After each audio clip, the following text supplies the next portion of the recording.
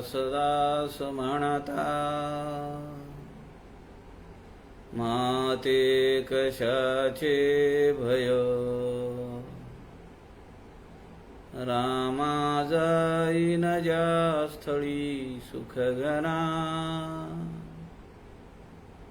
होईल तेथे जय रामाया भुवनात्रयी तुझ विणा नाही तुझा तारक रामा तू सकलार्थ पूर्ण करीशी तू तात मी बालक सुखा सारिखे पूर्ण वैराग्य ज्याचे वसिष्ठापरी ज्ञान योगेश्वराचे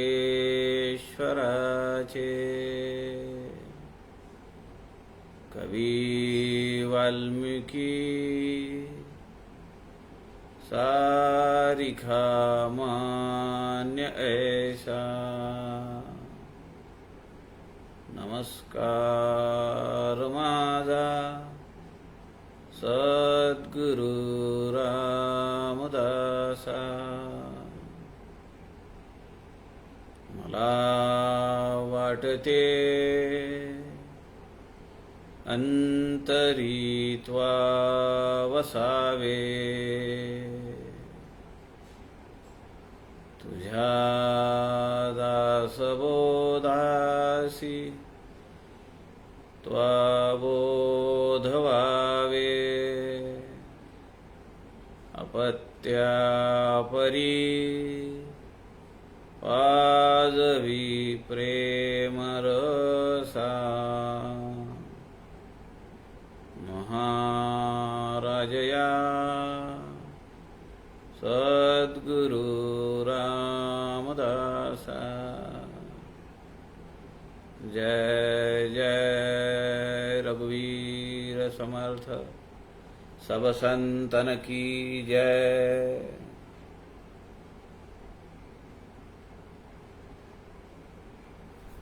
सज्जन हो नमस्कार।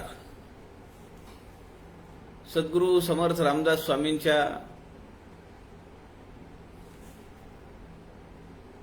वाङ्मयाचा प्रचार प्रसार व्हावा म्हणून संत समागम या लाईव्ह फेसबुक पेजचे सूत्रधार आदरणीय प्रवीणजी शास्त्री दिवाकर यांनी हे व्यासपीठ आपल्याला उपलब्ध करून दिलेलं आहे। आपण सध्या 21 समासी अर्थात जुना दासबोध याचं चिंतन करण्याचा अभ्यास करण्याचा प्रयत्न करतो आहोत। या 21 समासी दासबोधातील 6वा समास वैराग्य लक्षण या समासातील 50 ओव्यांपर्यंत काल आपण त्यावर चिंतन केलं। समर्थ रामदास स्वामी आपल्याला हे पटवून देत आहेत अनेक दृष्टांताद्वारे, अनेक उदाहरणं देऊन की जीवनामध्ये आपलं विहित कर्म आपण केलं पाहिजे, ते सोडून चालणार नाही।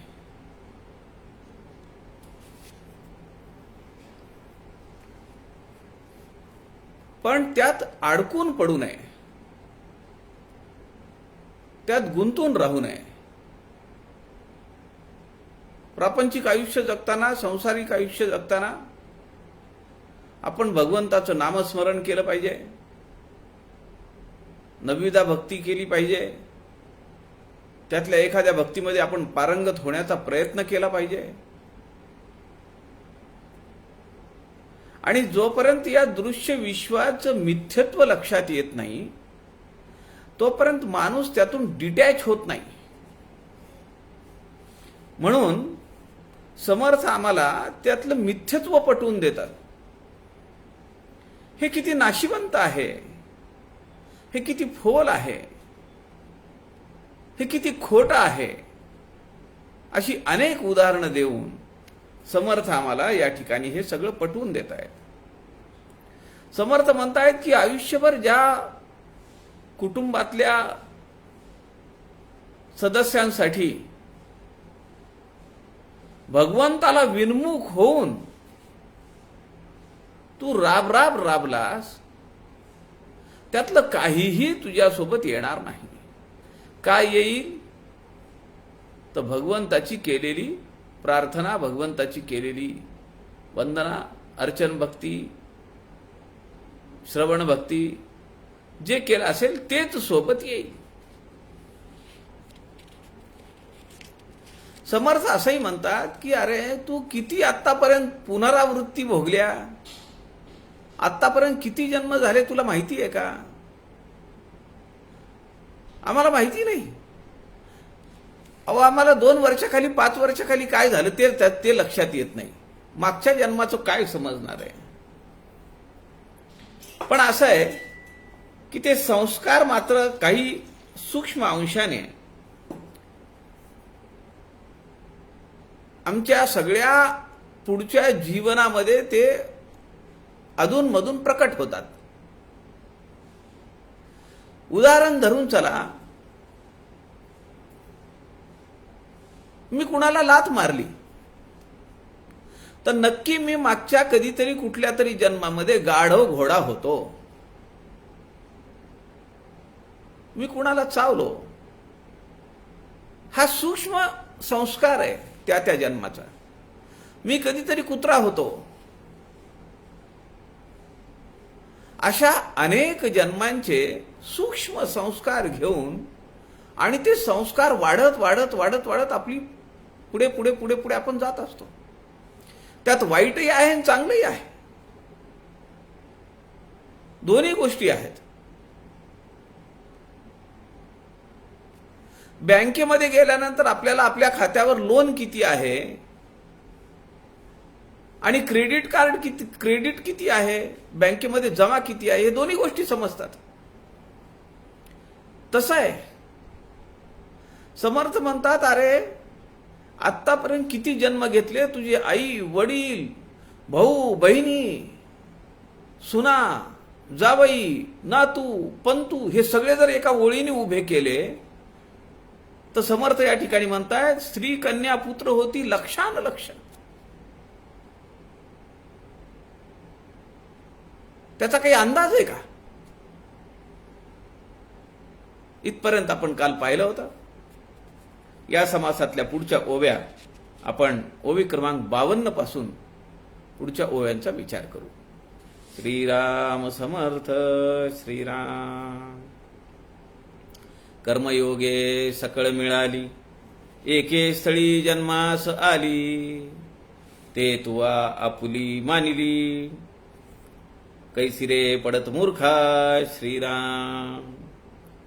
तुझे तुझ नव्हे शरीर, तेथे इतरांचा कोण विचार, आता एक भगवंत साचार, धरी भावार्थ बळे. श्रीराम. कर्मयोगे सकळ मिळाली, एके स्थळी जन्मास आली, ते तुवा आपुली मानिले, कैसी रे पडत मूर्खा. समजा मागच्या जन्मीचा जर माझा जन्म, मागच्या जन्मी जर मी डुक्कर असेल, पाल असेल, असं काहीतरी असेल, आणि ती सगळी त्यांची पिलावळं ती जर आत्ता आणून माझ्यासोबत ठेवली तर कसं वाटेल? मी परवा आपल्याला बोलताना म्हणालो की एखाद्या कार्यक्रमाला आपण जातो, आपल्या जवळचे मित्र नातेवाईक सगळे जमा होतात आपण सगळे एक कुटुंब म्हणून त्या ठिकाणी राहतो. कार्यक्रम 2 दिवस, 3 दिवस, 4 दिवस, 5 दिवस चालतो. त्यानंतर मग घरी जायची वेळ येते. मग जेव्हा एक कुटुंब म्हणून आपण एकमेकाबद्दल एवढा प्रेम स्नेह दाखवला, 4-5 दिवसानंतर आपण आपल्या वाटेने निघून जातो. कुणी बसने जाईल, कुणी रेल्वेने जाईल, कुणी गाडीने जाईल, कुणी विमानाने जाईल, कुणी पायी पायी जाईल गावात असेल तर. प्रत्येक जण ज्याच्या त्याच्या घरी जातो. आता थोड्या दिवसा घरी गेल्यानंतर पुन्हा आपलं प्रपंच आहे, आपला कुटुंब आहे. पण 4 दिवसाखाली आम्ही आमचं एक कुटुंब म्हणून, आमच्या एक जिव्हाळ्याचे लोक म्हणून एकत्र राहिलो होतो, ते आता आमच्या सोबत नाहीये. तर आम्हाला वाईट वाटतं का? रडायला येतं का? नाही. असा दृष्टांत समर्थ आमच्या जीवनाला देता येतो.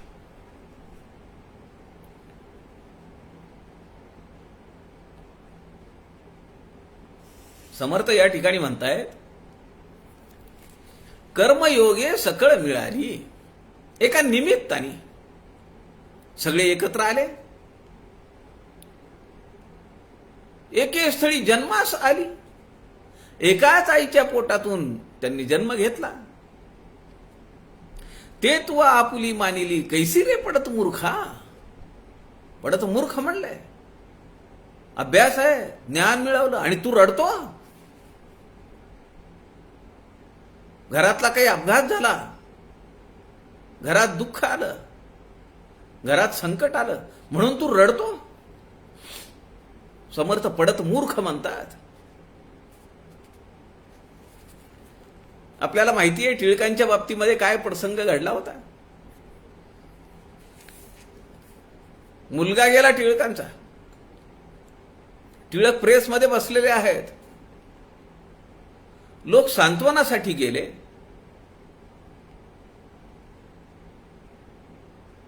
वाईट झालं म्हणाले, असं झालं तसं झालं. लोकमान्य टिळक म्हणाले, गावची होळी पेटलेली आहे. प्लेगनी गेला मुलगा, गावची होळी पेटलेली आहे. प्रत्येक घरातून गौरी गेली पाहिजे. आमच्या घरातून एक गौरी गेली. रेल्वेमध्ये आम्ही बसतो, आमचं तिकीट संपलं की त्या गावाला आम्ही उतरतो. उतरावं लागतं. मग त्या रेल्वेमध्ये आम्ही भले 2 दिवस 3 दिवस प्रवास केलेला असेल, त्या सगळ्या माणसांचा निरोप घेताना आपल्याला थोडं वाईट वाटतं. अरे छान टीम झाली होती आपली, छान ग्रुप बनला होता, आता निघावं लागतंय. पण रडत बसतो का? होणार तैसे होत जात, प्रपंची झाला आघात. डळमळीना ज्याचे चित्त, तो सत्वगुण. समर्थांनी सत्वगुणाची व्याख्या करताना हा विचार दिलाय. आमचं चित्त डळमळतं का? आम्ही धाय मोकलून रडतो का? देह आहे, मन आहे, भावना आहेत. ठीक आहे, वाईट वाटणार. आपण काही एवढे निस्संग नाहीये. पण किती दिवस एखाद्या गोष्टीचं दुःख करायचं, याचा विचार समर्थ म्हणतायत. तू जर असं नाही केलं तर पडत मूर्ख आहे. सगळं माहिती आहे, सगळी विद्या आहे, अनेक ग्रंथांचा अभ्यास आहे, तरीही तू मूर्ख आहेस. विद्या उदंड शिकला, प्रसंगमान चुकत गेला. तये विद्येला कोण पुसे श्रीराम. खूप शिकलाय, खूप डिग्र्या आहेत. कुठे कसं बोलावं, कुठे कसं चालावं, कुठे कसं लिहावं हे जर समजत नसेल, काय अक्कल कामाची आहे ती? तुझे तुझं नव्हे शरीर, तेथे इतरांचा कोण विचार. आता एक भगवंत साचार, धरी भावार्थ बळे श्रीराम. ज्या इंद्रियांच्या बळावर, ज्या शक्तीच्या बळावर आत्तापर्यंत उड्या मारल्या, शेखी मिरवली, मिजाज केली, वृद्ध काळामध्ये, वृद्धावस्थेमध्ये ते काही कामाला येत नाही.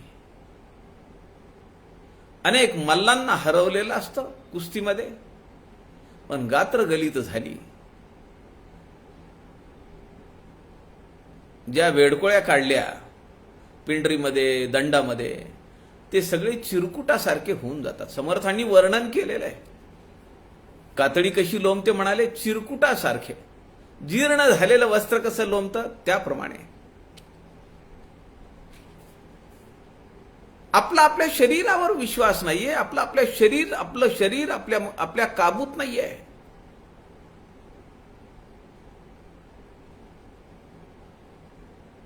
आज समर्थ सेवा मंडळाचे माजी कार्याध्यक्ष आणि आमच्या ग्राहक पंचायतीचे माजी जिल्हाध्यक्ष सातारा आदरणीय मोहनराव कुलकर्णी समर्थ चरणी लीन झाले. कॅन्सरने गेले. ग्राहक तीर्थ बिंदू माधवांसोबत खूप वर्ष त्यांनी काम केलं. समर्थ सेवा मंडळाचंही खूप काम केलं. 3 वर्ष ते सेवा मंडळाचे कार्याध्यक्ष होते. आम्हाला आमच्या शरीराला कंट्रोलमध्ये ठेवता येत नाही, काबूमध्ये ठेवता येत नाही. एखादी गोष्ट करू नको म्हणल्यानंतर आपलं शरीर ऐकतं का? समर्थ म्हणतात, तुझं नवे शरीर श्वास संपल्याबरोबर हे सगळं इथं सोडावं लागेल. त्या शरीरावर तुझा काडी मात्र अधिकार नाहीये. तुझं नव्हे तुझं शरीर, तेथे इतरांचा कोण विचार? किती मार्मिक प्रश्न आहे ना. मला माझ्या शरीराचं नियंत्रण नाहीये, ते माझं नाहीये. मी इतरांच्या शरीरात, ती माझी लोक आहेत ही सगळी, असा कसा विचार करायचा आणि का करायचा? माझं मन शाबूत ताब्यात ठेवता येत नाही. माझं शरीर ताब्यात ठेवता येत नाही. सगळं खाणं-पिणं सगळं चांगलं असताना सुद्धा मला आजार होणार नाही याची शाश्वती मला नाही देता येत. तेथे इतरांचा कोण विचार? आता एक भगवंत साचार. अशा परिस्थितीमध्ये तू काय कर? केवळ भगवंताला शरण जा. तोच तुझा तारण करताय, तोच तुझा तारणहार आहे. त्याला धरी भावार्थ बळे. कशाच्या बळावर धर? भाव म्हणजे श्रद्धा. त्याच्या बळावर त्याला धरून ठेव.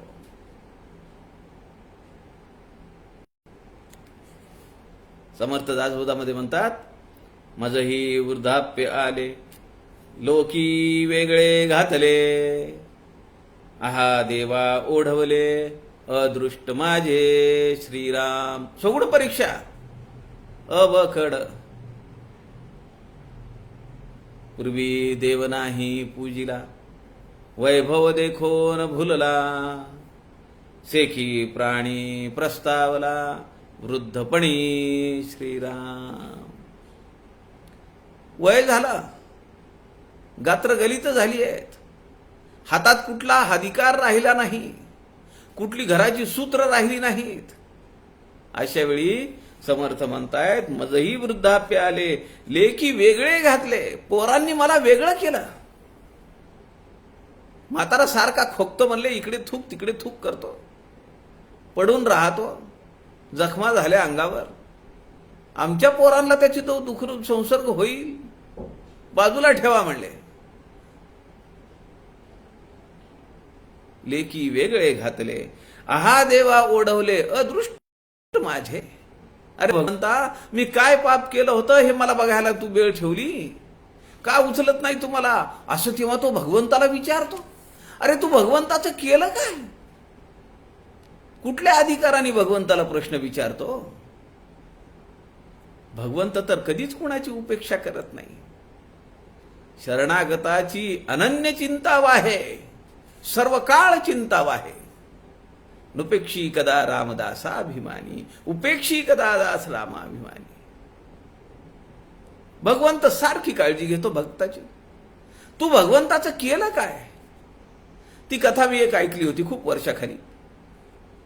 वडिलांना खूप असाध्य आजार झाला आणि त्यांचा जो मुलगा होता तो मोठ्या हुद्द्यावर होता आणि घरी सारखी मंडळी यायची,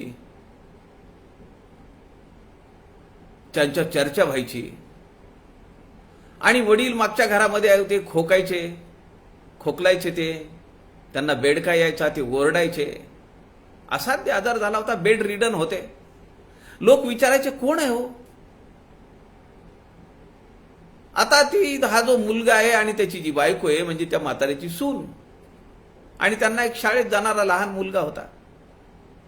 त्यांना वाटलं की आता हे असाध्य आजार झालाय, वडिलांचं वय झालंय, यांना आपण काय करूया, आपल्या बंगल्याच्या बाहेर एक छोटी जी रूम आहे तिथं ठेवून देऊ, तिकडे आवाज येणार नाही.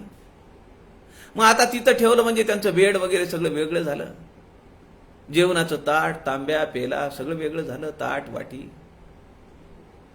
आणि तो असाध्य आजार झालाय, मग तो आपल्या भांड्याला लागू नये, आपल्याला होऊ नये.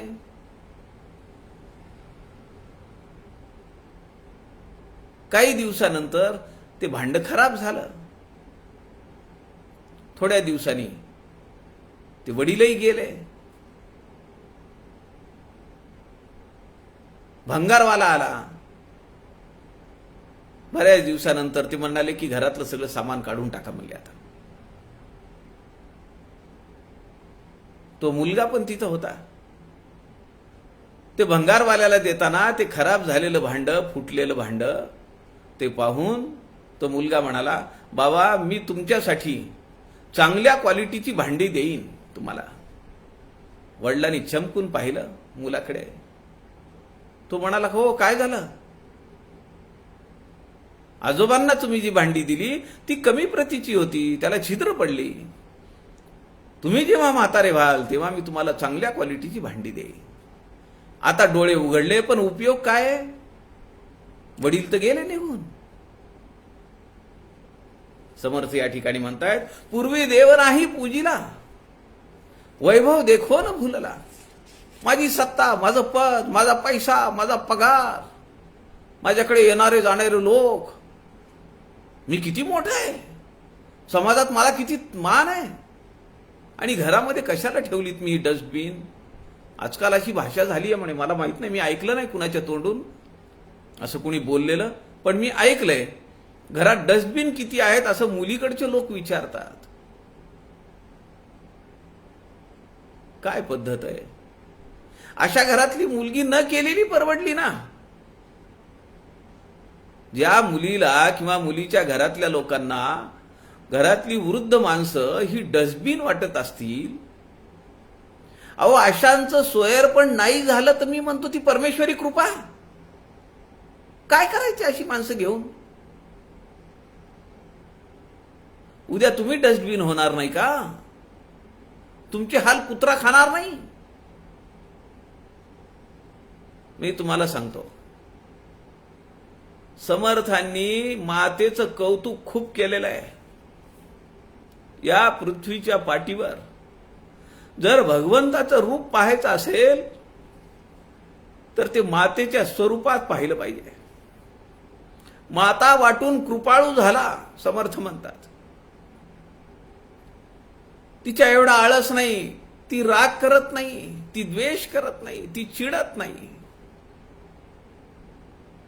भगवंताचं रूप जर पृथ्वीवर पाहायचं असेल तर आपल्या आईमध्ये पहा. ज्यांना आपल्या आई वडिलांची सेवा करता आली नाही त्याचं जीवन हे शेणातल्या किड्याप्रमाणे झालेलं आहे.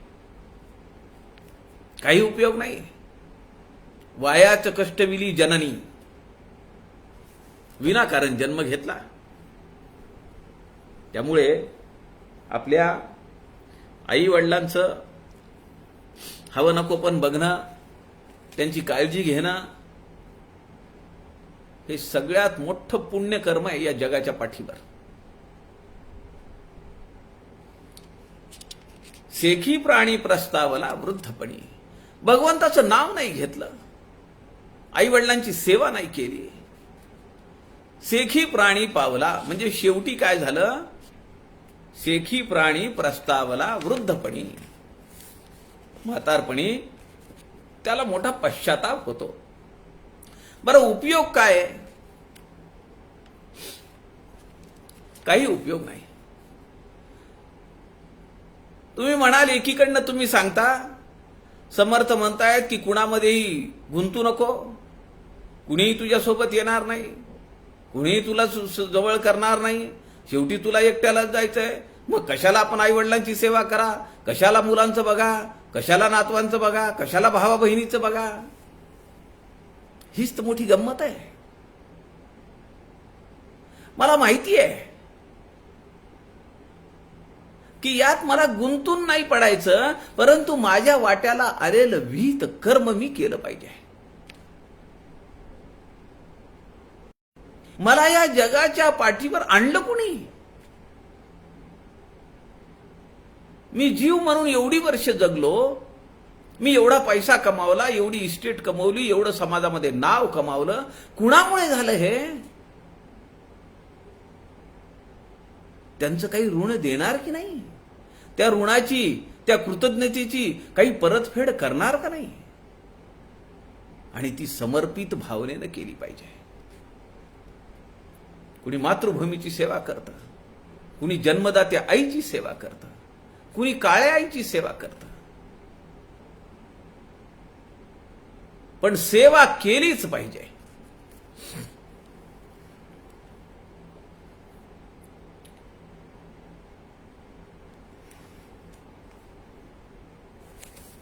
त्या उपकार नावाचा एक चित्रपट होऊन गेला, आपण सगळ्यांनी पाहिला असेल, खूप गाजला तो. त्यामधल्या काही ओव्या आहेत. कसमे वादे प्यार वफा, सब बातें है बातों का क्या. घेतलेल्या शब्दा आणा, हे सगळं जे आहे याला काहीही अर्थ नाही. कसमे वादे प्यार वफा, सब बातें है इन बातों का क्या. कोई किसी का नहीं रे झूठे, नाते है नातों का क्या. जसं समर्थ म्हणतात, किती पुनरावृत्ती भोगल्या, किती जन्म झाले, ती सगळी नातेवाईक आमचे प्रत्येक जन्मातले वेगवेगळ्या योनीतले नातेवाईक जर आणून गोळा केले आणि घरात आणून ठेवले तर कसं होईल आपला. कोई किसी का नहीं रे झूठे, नाते है नातों का क्या. देते हैं भगवान को धोखा, इंसा को क्या छोड़ेंगे. दुनिया वाले तेरा बनकर तेरा ही दिल तोडेंगे. फार त्यांच्यावर डिपेंडंट असून उपयोग नाही. कुणीही आपल्याला किती जवळचा मानतो, त्याने आपल्यासाठी काय केलं पाहिजे, त्याने आपल्यासाठी कसं सेवा दिली पाहिजे, किंवा आपल्या त्याच्याकडनं अपेक्षा काय ठेवायच्या, हे आपल्याला समजलं पाहिजे. का कुणावर उसरामा करायचा. एवढ्या वर्षानंतर मी त्यांच्याकडे गेलो, त्यांनी साडी सुद्धा नाही केली. मी एवढं त्यांना आज आहेर दिला, त्यांनी माझं कौतुक नाही केलं, मला वस्त्र नाही दिली, मला काय रिटर्न गिफ्ट पण नाही दिली. अरे तुम्ही रिटर्न गिफ्ट साठी गेले होते का, साडीसाठी गेले होते का, कपड्यांसाठी गेले होते का. तुम्ही तर द्यायला गेले ना काही, त्याच्यातला आनंद तुम्हाला नाही घ्यायचा. त्या आनंदापेक्षा त्यांनी काही दिलं नाही म्हणून ते दुःख चगळत बसायचं का. आमचं जीवन असं व्यर्थ जात आहे. आजपासून आपण लक्षात ठेवलं पाहिजे, जे आपल्याला मनाला वाटतं, जे आपल्याला द्यावं वाटतं, ते देऊन मोकळं व्हायचं. त्यांनी काय केलं, ते विकलं का, तोडून मोडून खाल्लं का, अजून तिसऱ्याला देऊन टाकलं, त्याच्याशी काही घेणं देणं नाही. किंवा आपण एखाद्याला खूप वर्ष काही सेवा केली, मदत केली त्याच्या बदल्यामध्ये त्यांनी आपल्याला काही दिलं नाही, त्याचं दुःख का मानायचं. त्या दुःखामुळे आम्ही आमचं आयुष्य खराब करून घेतो आहोत, व्यर्थ करून घेतो आहोत. आमच्या जीवनातला आनंद अशा उसण्या दुःखांमुळे सगळा झाकळून गेलाय. जसं पाणी स्वच्छ आहे पण वर शेवाळ आलंय. समर्थ म्हणतात, गोंडाळ सांडून नीर घेईजे. गोंडाळ म्हणजे शेवाळ. त्या शेवाळावर जाऊ नको, ते शेवाळ बाजूला कर, खाली स्वच्छ पाणी आहे. गोंडाळ सांडून नीर घेईजे. तसं आयुष्यातले उसण खाजून काढलेली खरूच नका, ती बसू देत नाही मग शांतपणे, ती अंगाला लागूच द्यायची नाही. जे जे आम्ही करू, भले ते आम्ही संघटनेत करू, समाजासाठी करू, आमच्या प्रपंचातल्या सदस्यांसाठी करू, बायकोसाठी करू, नवऱ्यासाठी करू, आईसाठी करू, वडिलांसाठी करू, मुलांसाठी करू, सुनेसाठी करू, जावयांसाठी करू, कुणासाठी करू, करून मोकळं व्हायचं, विसरून जा. जीवनात जर सुखी व्हायचं असेल तर हे केलं पाहिजे. एवढा मोठा आहेर घेऊन गेलो, एवढे वस्त्र दिले, त्यांना कपडे दिले, त्यांनी आम्हाला निघताना काही गिफ्ट सुद्धा दिली नाही हो. अरे त्या गिफ्टसाठी तुम्ही हे सगळं केलं का? मनात आला होता का विचार सुरुवातीला? मला सांगा ना. कुणाकडे मुंज असते, लग्न असतं, वास्तू असते, आपण घेऊन जातो काही, तोपर्यंत काही मनामध्ये विषाद आहे का? काही नाही. पण आम्ही बघतो की परत निघणाऱ्या लोकांना ते जेव्हा सांगत असतात मी निघतोय बरं का आता, तेव्हा ते पिशव्या देतात, त्यांच्याकडे पॅक केलेल्या पिशव्या असतात, त्यामध्ये गिफ्ट आहेत, आणि ती आम्हाला दिली नाही म्हणून आम्ही दुःखी कष्टी होतो.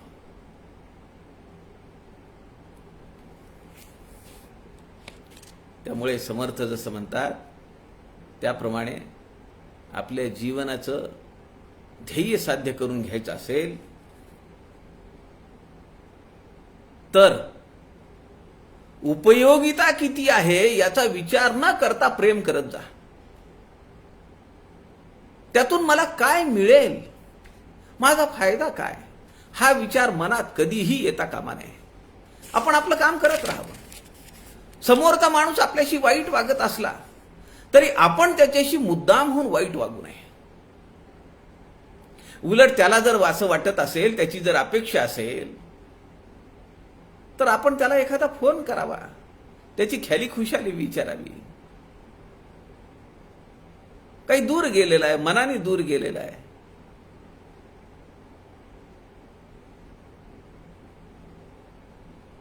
काहीतरी बिघडलं, बिनसलं, काय हरकत आहे एखादा फोन करायला? कसे आहात तुम्ही? सध्याचं वातावरण बेकार आहे, काळजी घ्या, जपून राहा. एवढं बोलायला, चार गोष्टी बोलण्यासाठी किती पैसे खर्च होतात आणि कुठे आपला अपमान होतो. 2 दिवसाखालची गोष्ट आहे. आमच्या ग्राहक चळवळीतल्या एका कार्यकर्त्यांनी मला सांगितलं की ते म्हणाले असं असं आहे आणि ते दूर गेलेत आपल्यापासून, रागावलेले आहेत, चिडलेले आहेत, पण अशा परिस्थितीत सुद्धा त्यांना अपेक्षा आहे की तुमचा एखादा फोन त्यांना जायला पाहिजे. म्हणलं काय हरकत आहे? लगेच फोन केला. त्यांनी मोठ्या कौतुकाने फोन उचलला. 10-1 मिनिटांचं बोलणं झालं. मनातली सगळी किलमिशं निघाली असतील. काय प्राप्ती आहे, काय फळप्राप्ती होईल, आपल्याला त्याच्याशी घेणं देणं नाही. काय फायदा होईल मला व्यक्तिशः किंवा संघटनेला, त्याचा विचार म्हणून, त्याचा विचार करून फोन नाही केलेला. पण मला खंत वाटली की का नाही सुचलं आपल्याला, का नाही आपण बोललो. आपल्याला कुणीतरी सांगावं लागतंय, म्हणजे अजूनही आपला अहंकार किंवा आपल्या मनातली तेढ गेलेली नाहीये. आमच्या जीवनामध्ये असे किती प्रसंग आहेत. आमच्या मित्राच्या बाबतीत घडतं, नातेवाईकांच्या बाबतीत घडतं, आणि आम्ही तेच कुरवाळत बसतो. समर्थ पुढे म्हणतात, एका दुर्भरा कारणे नाना नीचांची सेवा करणे, नाना स्तुती आणि स्तवने मर्यादा धरावी. श्रीराम जो अन्न देतो उदरासी, शरीर विकावे लागे त्यासी, मा जेणे घातले जन्मासी, त्यासी कैसे विसरावे. श्रीराम. किती मार्मिक प्रश्न आहे समर्थांचा. समर्थ म्हणतायत एका दुर्भरा कारणे, पोटाची खळगी, 4 इंचाची पोटाची खळगी भरण्यासाठी नाना नीचांची सेवा करणे. मनात नसेल तरी आपण नोकरी करतो का नाही? आपल्याला पटत नाही, मॅनेजमेंट पटत नाही, कंपनी पटत नाही, नोकरी पटत नाही, साहेब पटत नाही, पण मनात नसताना ती नोकरी आम्हाला करावी लागते, मनात नसताना ते त्याचं काम करावं लागतं. कारण काय? पापी पेट का सवाल है. काय पापी पेट का सवाल है? पेट जर पापी असेल तर मग तू कोण आहेस? पापीच आहे ना. समर्थ म्हणतात त्या पोटाची खळगी भरण्यासाठी नको नको ती सेवा तुला करावी लागते, नको नको ते काम करावं लागतं, नको नको त्याच्या हाताखाली तुला राबावं लागतं. भगवंताला का जवळ नाही करत? भगवंताच्यावर का विश्वास नाही ठेवत?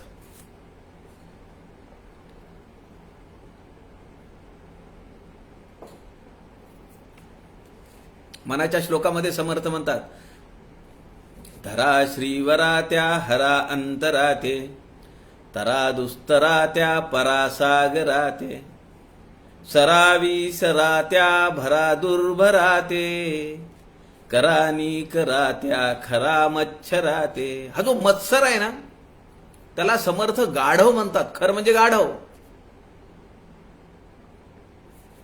धरा श्रीधरा त्या हरा अंतराते. भगवंताला तुम्ही एवढं घट्ट धरलं पाहिजे की त्याच्यातलं आणि आपल्यातलं अंतर संपलं पाहिजे.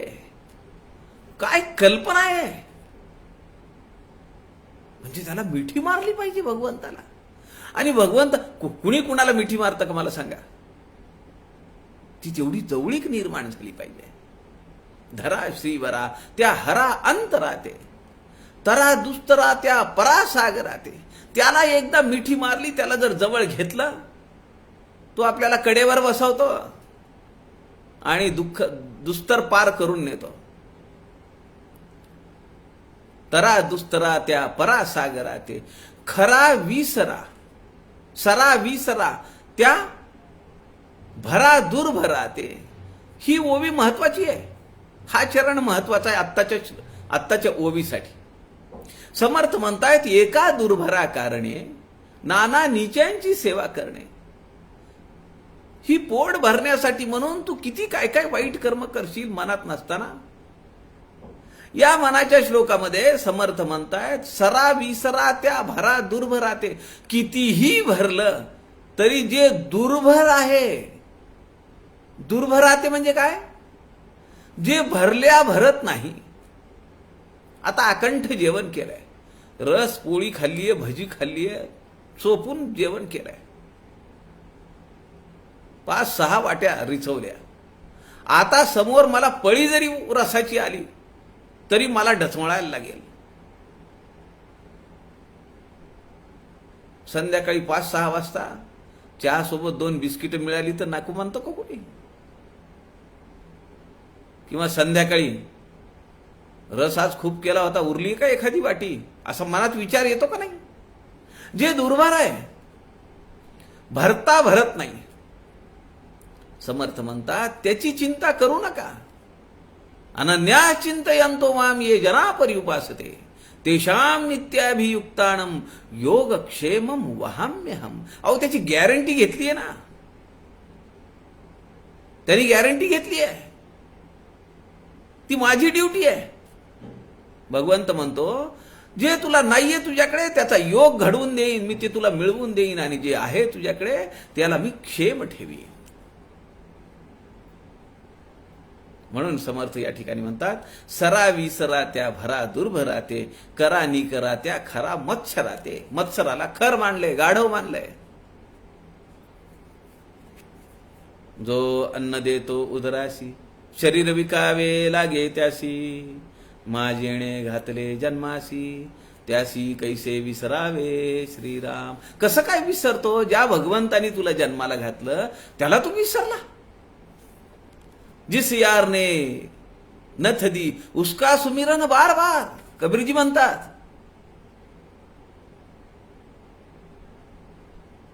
त्या प्रेमिकेला प्रियकरांनी नथ दिली, ती नथ सारखी ती हात लावतीये नथीला आणि आपल्या प्रियकराची आठवण करतीये. जिस यार ने नथ दी उसका सुमिरन बार बार, जिस यार ने नाक दिया उसको भूल गई पार.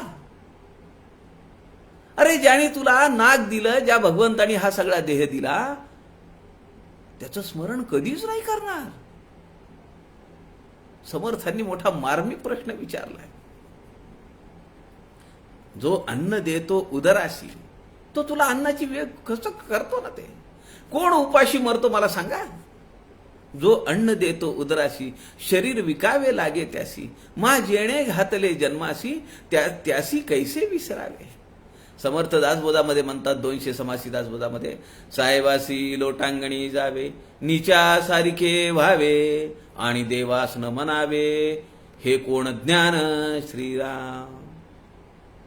जो साहेब आहे त्याला सारखा नमस्कार नमस्कार नमस्कार त्याच्या लोटांगणी जातो, पुढे पुढे पुढे पुढे पुढे पुढे करतो.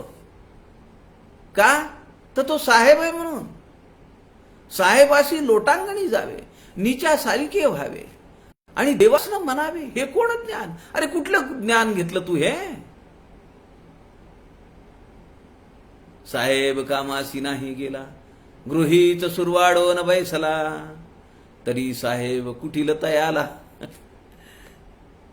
पाहती लोक श्रीराम. तो साहेब मेमो देतो, तो साहेब LWP करतो, तो साहेब ट्रान्सफर करतो. साहेब कामासी नाही गेला गृहीत सुरवाडवून बसला, आळ पांघरून घेऊन झोपी गेला. कूलर लावलेला आहे, उन्हाळ्याचे दिवस आहे, कोरोना आहे, अर्धेच दिवस काम करायचे आहे, हा झोपला घरीच. बॉस ठेवील का त्याला? समर्थ म्हणतात की त्याच्यासाठी तू मागे पुढे करतो आणि ज्याने तुला ज्या भगवंताने तुला जन्म दिला, जो तुझी सगळी खाण्यापिण्याची व्यवस्था करतो, तुझं हवं नको ते बघतो, त्याला मात्र तू विसरून गेला रे. किती कृतज्ञ आहेस तू. अहर्निशी ज्या भगवंता सकळ जीवाची लागली चिंता, मेघवरुषे जयाची सत्ता सिंधू मर्यादा धरी श्रीराम. अहर्निशी ज्या भगवंता सकळ जीवाची लागली चिंता. भगवंत थोड्या लोकांवरच कृपादृष्टी ठेवतो, बाकी लोकांकडे पाहत नाही, असं काही आहे का? अहो 24 तास 8 प्रहर तो प्रत्येक जीवाची काळजी घेतोय, प्रत्येक जीवाची काळजी घेतो. लोक म्हणायचे श्रीकृष्णाला की तुमच्यामुळे सगळ्यांना अन्न मिळतंय, तुम्ही धनी आहात, तुम्ही मालक आहात, तुमच्यामुळे सगळं जग चालतंय. श्रीकृष्णाच्या बायकोला वाटलं काय थोतांड लावलं यांनी. अरे याच्यासारखा नाटकी माणूस तर कोण नाहीये. एक काम करू म्हणाले, एका डबीमध्ये एका किड्याला टाकून दिला, डबी बंद केली. दुपार झाली, भगवान श्रीकृष्ण जेवायला बसले. बायकोनी विचारलं, सगळ्यांना अन्न मिळालंय का आज? ते म्हणाले हो, त्याशिवाय मी अन्नाचा कण घेत नाही.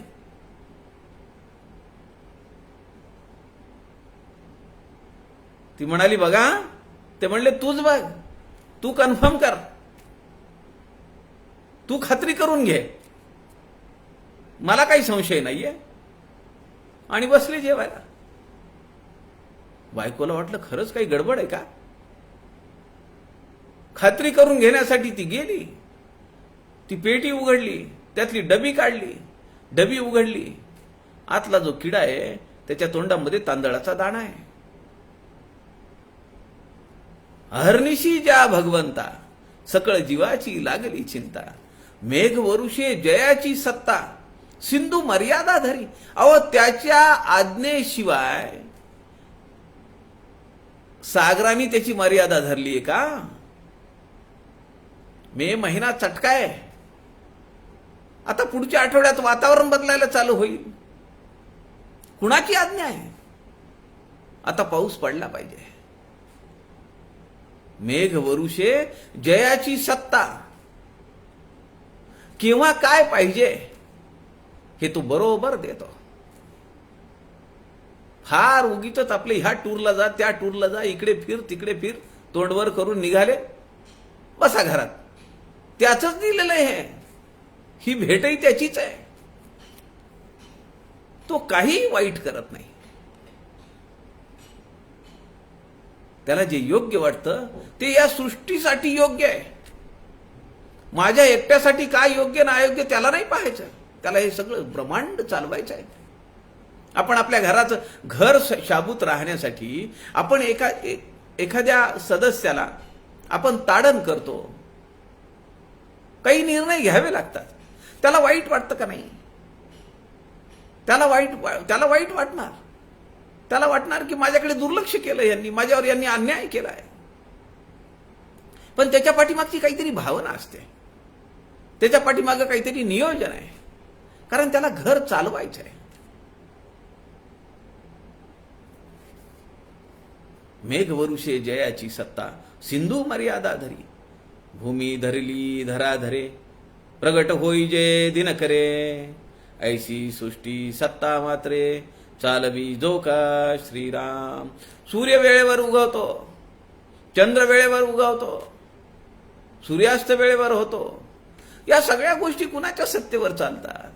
मला सांगा, हा नियम आहे का नाही विज्ञानाचा? कुठलीही क्रिया कर्त्याशिवाय होत नाही. कुठलीही क्रिया आपोआप काहीही होत नाही. ते दादा कोंडकेंच्या पिक्चरमध्येच होतं आपोआप.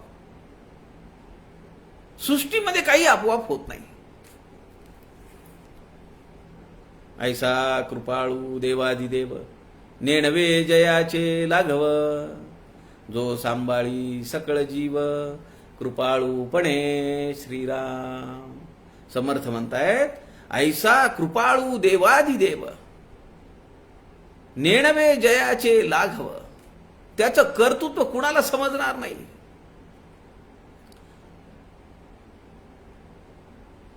जो सांभाळी सकळ जीव, कृपाळूपणे सगळ्या जीवांचा तो सांभाळ करतो. समर्थ दासबोधामध्ये म्हणतात, सख्य देवाचे तुटेना, प्रीती देवाची विठेना, देव कदा पालटेना, शरणागतासी श्रीराम.